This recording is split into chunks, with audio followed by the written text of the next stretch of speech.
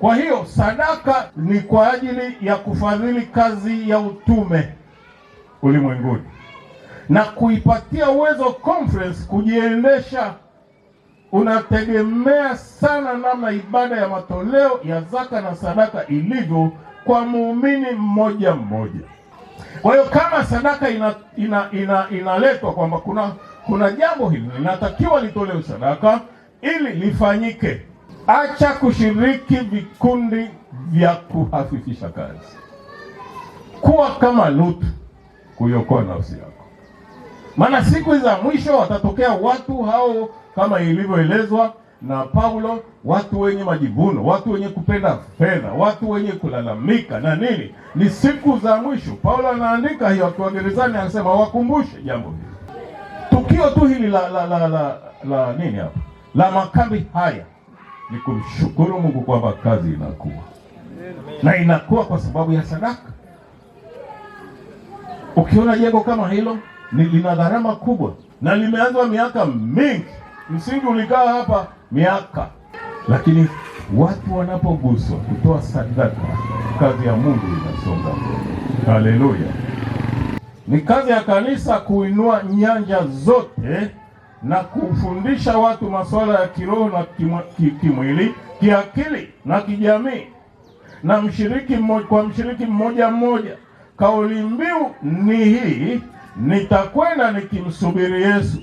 Hii inagusa kila idara bila kutweza yoyote, lakini ninaendelea kusisitiza na kupokea kile ambacho kanisa limeamua kutoka juu kuja huko General Conference, kuja hapo Union, kuja conference, lije. Unaweza ukapingana na jambo ambalo kumbe ni Mungu kasema.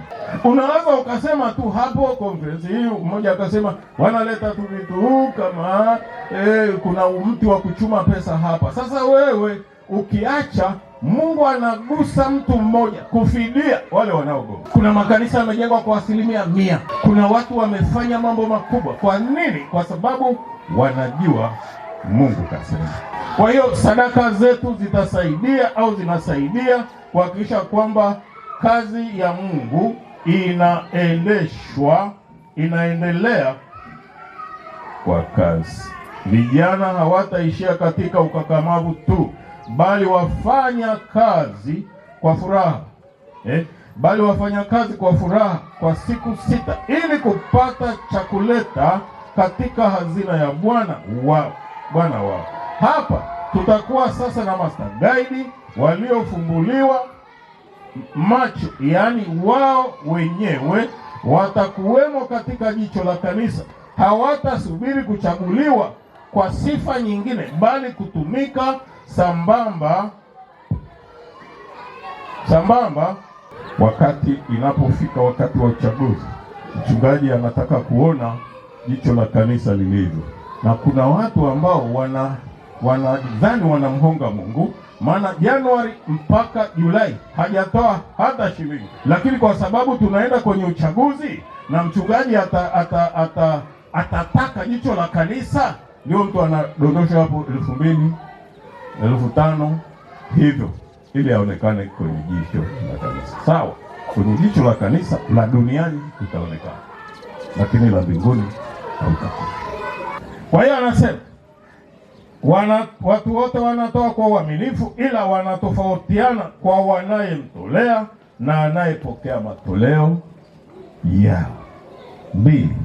Kwani wako wapokeaji wa matoleo ya wanadamu wangapi? Jibu: kwa mujibu wa Biblia wako mabwana 2 wanaopokea matoleo.